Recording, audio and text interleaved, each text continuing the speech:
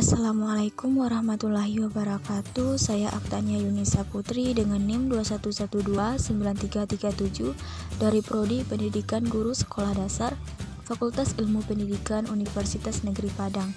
Baiklah, dalam video kali ini saya akan menjelaskan materi mengenai sumber daya alam yang tidak dapat diperbarui.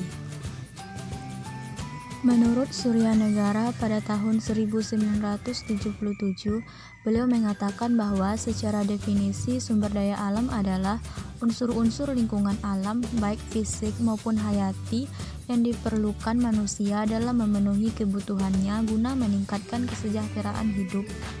Sedangkan sumber daya alam yang tidak dapat diperbaharui merupakan jenis kekayaan alam dengan pemakaian terbatas. Artinya, jika dipakai terus-menerus akan habis dan masa regenerasinya memakan waktu tidak sebentar, bisa puluhan hingga ratusan tahun. Baiklah, untuk materi selanjutnya, sifat-sifat dari sumber daya alam yang tidak dapat diperbarui. Yang pertama, jumlahnya terbatas dan bisa habis dalam jangka waktu tertentu. 2. Waktu terbentuknya sangat lama, bisa mencapai puluhan hingga ratusan tahun hingga tidak bisa diperoleh dalam waktu singkat. Yang ketiga, proses pembentukannya berpengaruh pada lingkungan sekitar. Apabila lingkungan tidak mendukung, maka pembentukannya mungkin saja tidak akan berhasil sehingga tidak dapat dinikmati lagi walaupun sudah lewat ratusan tahun. Yang keempat, keadaan geografis sebuah wilayah sangat berpengaruh pada pembentukan. Misalnya minyak bumi yang terbentuk di bawah permukaan laut. Contoh dari sumber daya alam yang tidak dapat diperbarui. Yang pertama, emas merupakan logam mulia yang keberadaannya sudah dikenal oleh semua orang. Yang kedua, besi merupakan jenis logam yang mudah ditemukan dan memainkan peranan penting dalam kehidupan manusia. Yang ketiga, aluminium juga memiliki peranan penting dalam kehidupan manusia dan merupakan konduktor listrik yang baik. 4. Minyak bumi merupakan sumber bahan bakar untuk berbagai kendaraan di dunia.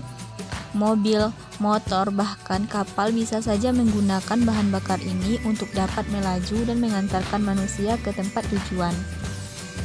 Contoh yang kelima yaitu bahan bakar fosil, merupakan hasil pelapukan fosil selama jutaan tahun silam dan penggunaannya sebagai bahan bakar untuk kendaraan maupun industri. Hingga saat ini penggunaannya masih menjadi primadona di dunia. Yang keenam, batu bara merupakan batuan sedimen yang dapat terbakar dan terbentuk dari endapan organik, terutama sisa-sisa tumbuhan. Batu bara di Indonesia banyak terdapat di Pulau Kalimantan. Contoh yang terakhir yaitu material nuklir radioaktif atau nuklir berasal dari material radioaktif yang memancarkan sinar radioaktif seperti alfa, beta, dan gamma.